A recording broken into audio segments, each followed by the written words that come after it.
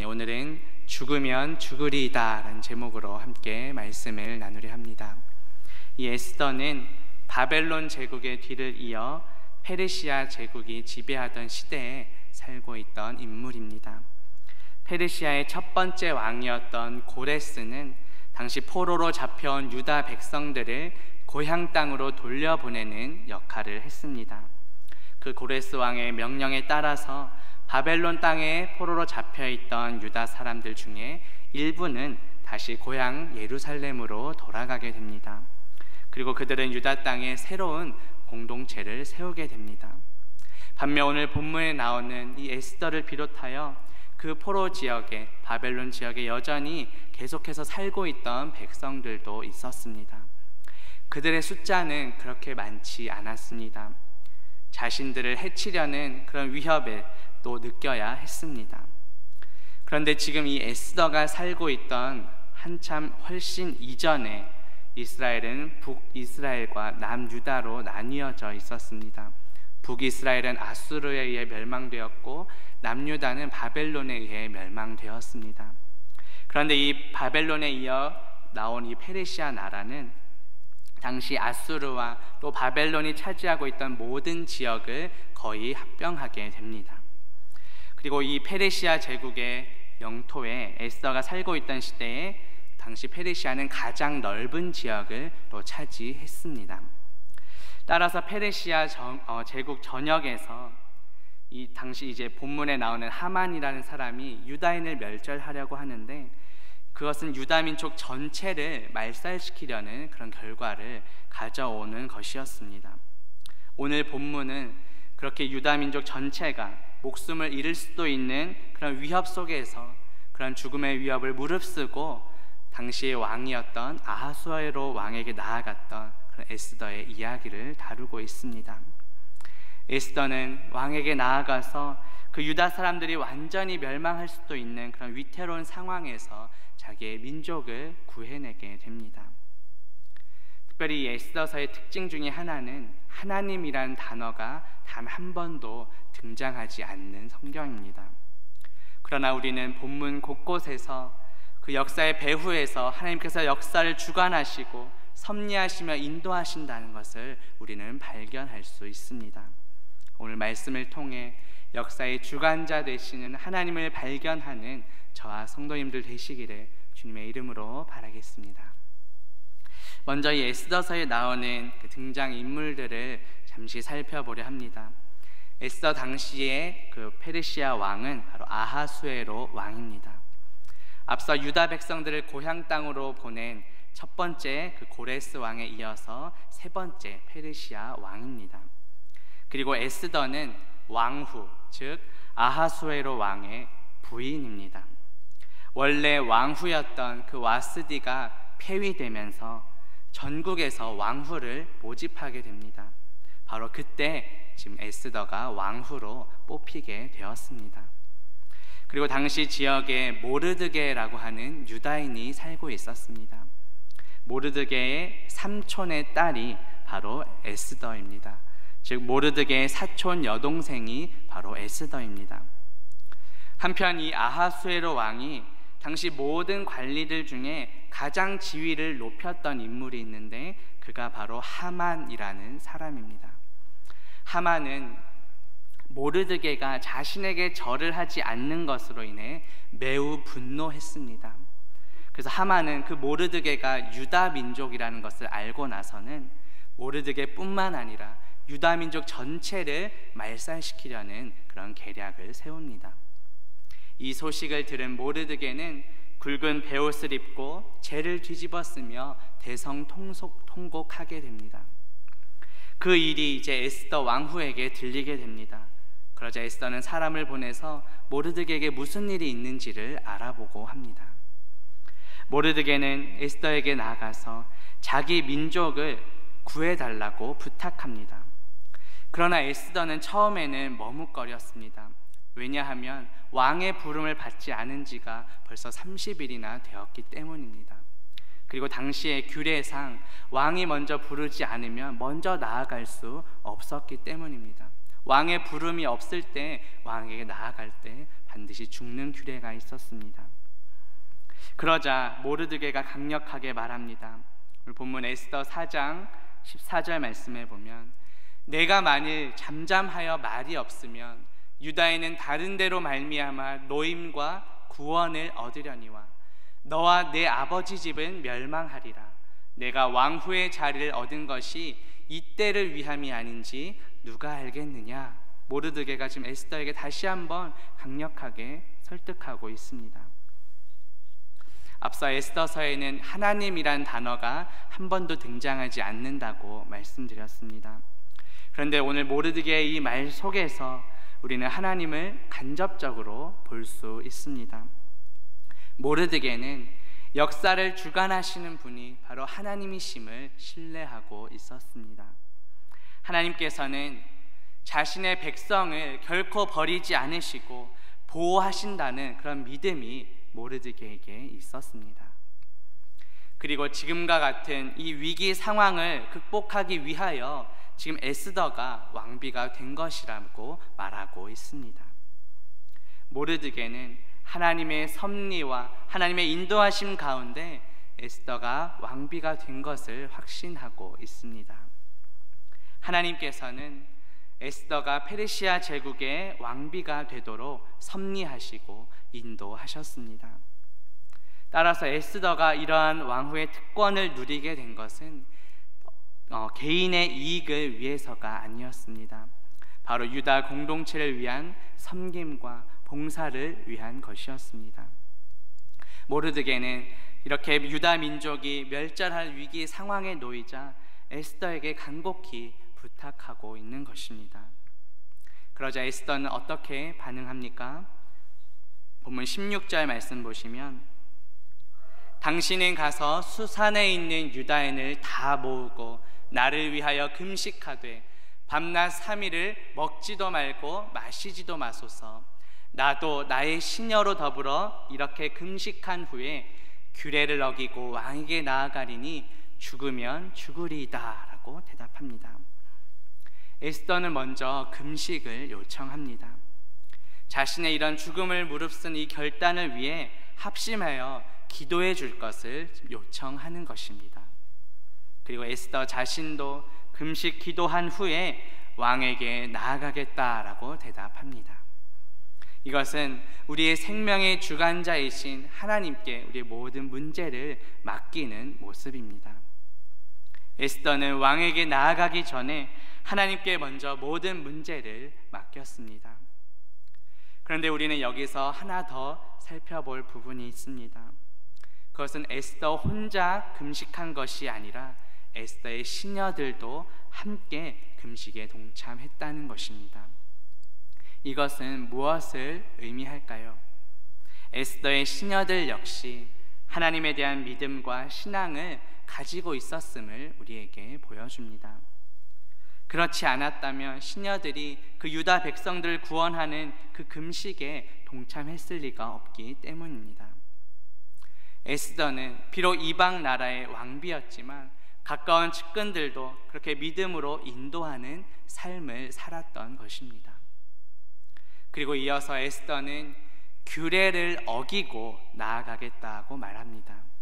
이 규례는 앞서 말씀드린 것처럼 당시 왕의 부름이 없이는 왕에게 나아갈 수 없고, 또 왕의 부름이 없는데 왕에게 나아갈 경우 죽임을 당하게 된다는 규례입니다. 에스더는 이미 죽음을 각오하고 있었습니다. 죽으면 죽으리이다 라고 말합니다. 그런데 오늘 본문과 비슷한 장면이 구약 창세기 43장에도 등장합니다. 야곱은 자신의 막내 아들인 그 베냐민을 애굽으로 보내면서 내가 자식을 잃게 되면 잃으리로다 라고 말했습니다.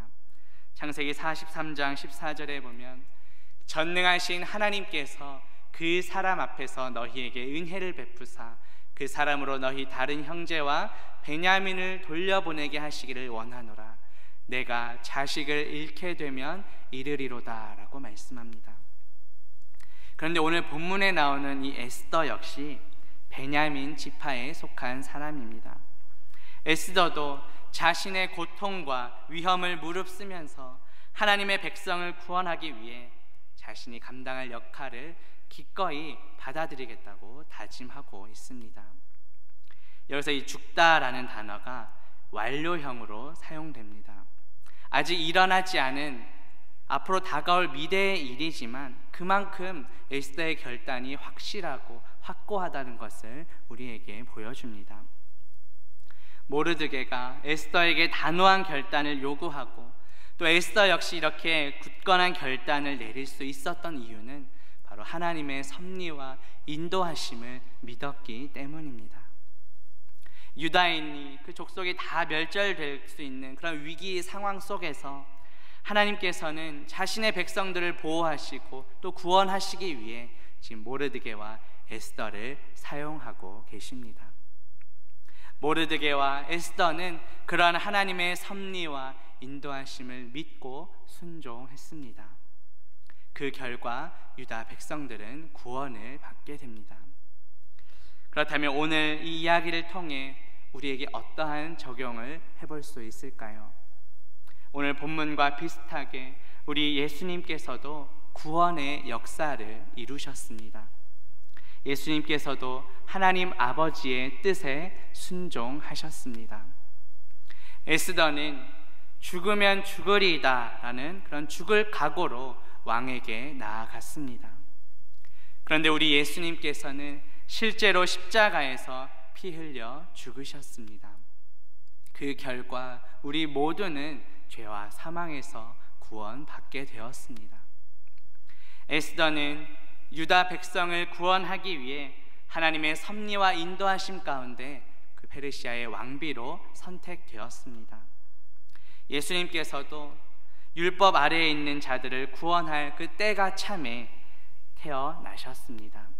신약성경 갈라디아서 4장 4절과 5절에 보면 때가 참에 그 아들을 보내사 여자에게서 나게 하시고 율법 아래에 나게 하신 것은 율법 아래에 있는 자들을 속량하시고 우리로 아들의 명분을 얻게 하려 하심이라 하고 말씀합니다.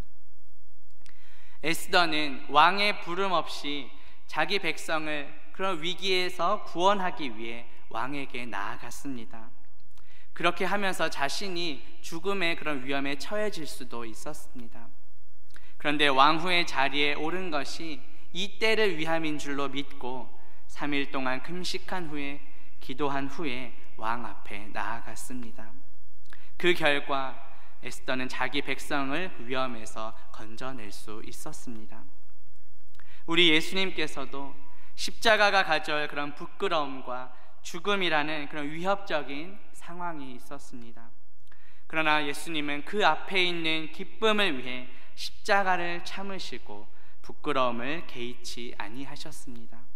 그리고 결국 하나님 보좌 우편에 앉으셨습니다. 신약성경 히브리서 12장 2절에 보면 그는 그 앞에 있는 기쁨을 위하여 십자가를 참으사 부끄러움을 개의치 아니하시더니 하나님 보좌 우편에 앉으셨느니라고 말씀합니다. 예수 그리스도의 그 십자가 죽으심으로 우리 모두는 구원받았습니다. 아무 자격 없는 우리는 하나님의 전적인 은혜로 구원받았습니다.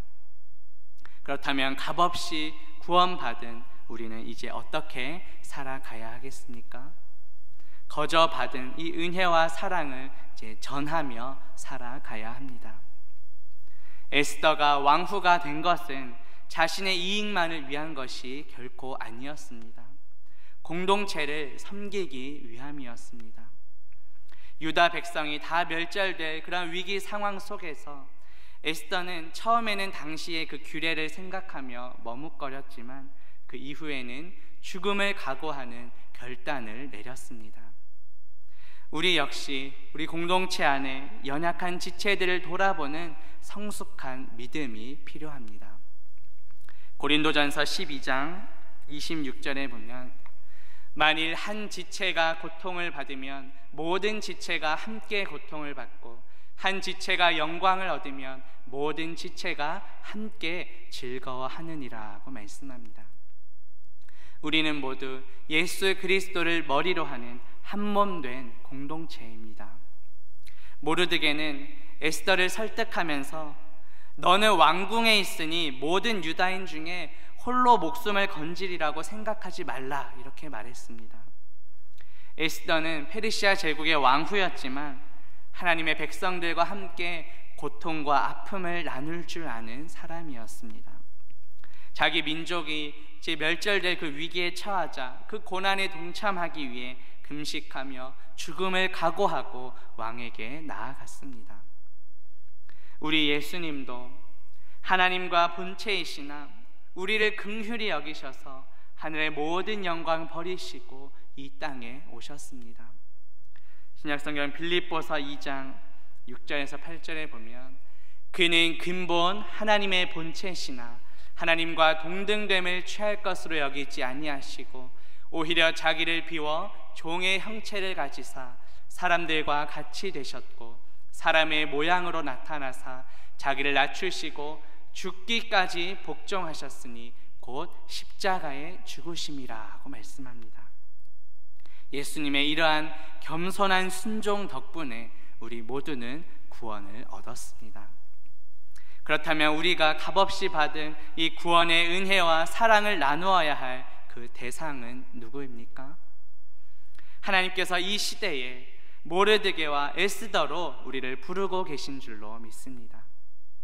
에스더는 처음에는 그 왕의 부름이 없이 나아가면 죽는다는 그 규례로 인해 잠시 머뭇거리기도 했습니다.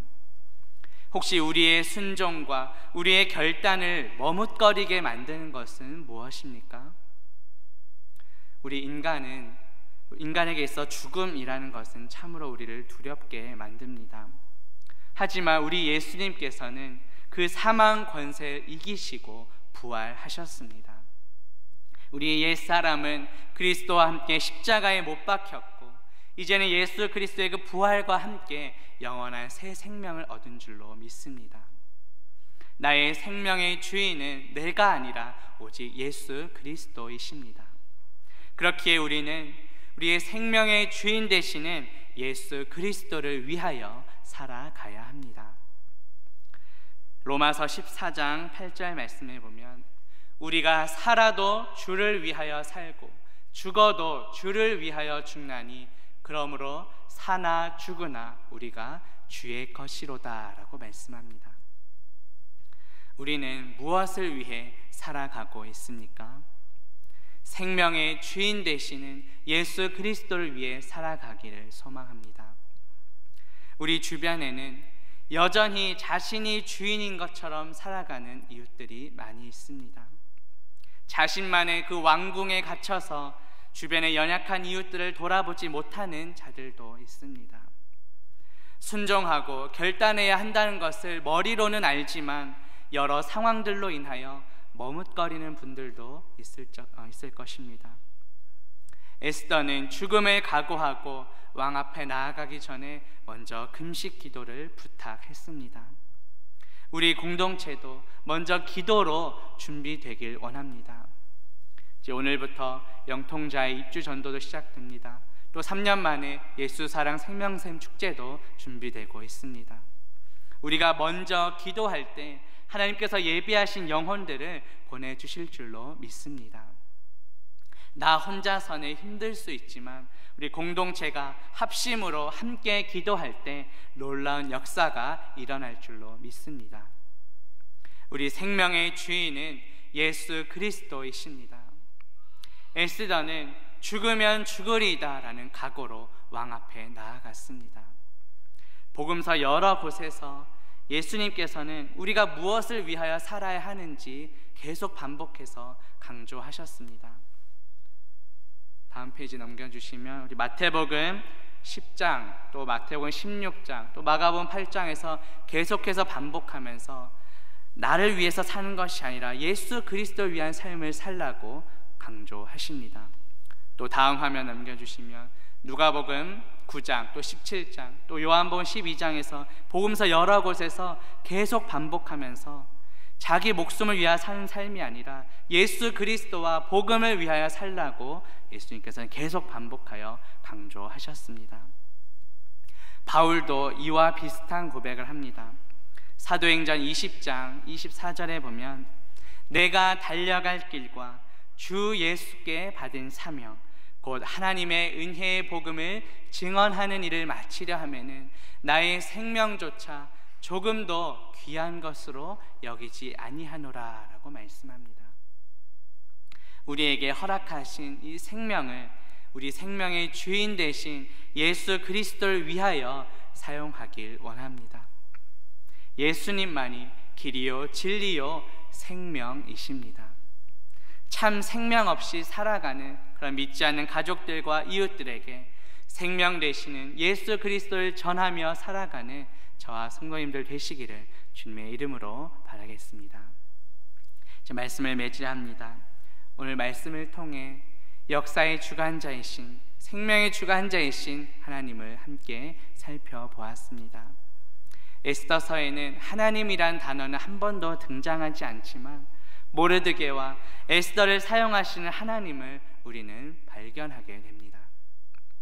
모르드게와 에스더를 사용하셔서 유다 백성들을 구원하신 것처럼 하나님은 예수 그리스도를 통해 우리를 구원해 주셨습니다. 값없이 구원받은 우리는 이제 받은 은혜와 사랑을 전하며 살아가야 합니다. 공동체 안에 연약한 지체들을 돌아보고 함께 기도하며 복음 전파에 힘을 써야 합니다.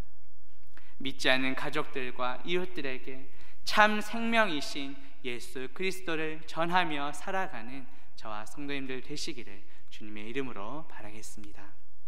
함께 기도합니다. 하나님 아버지, 오늘 말씀을 통해 역사의 주관자이신 하나님을 함께 살펴보게 하시니 감사합니다. 에스더서에는 하나님이란 단어는 한 번도 등장하지 않지만 모르드게와 에스더를 사용하시는 그 하나님을 보게 하시니 감사합니다. 모르드게와 에스더를 사용하셔서 유다 백성들을 구원하신 것처럼 예수 그리스도를 통해 우리를 구원해 주시니 감사합니다. 값없이 구원받았으니 받은 은혜와 사랑을 전하며 살아가게 하옵소서.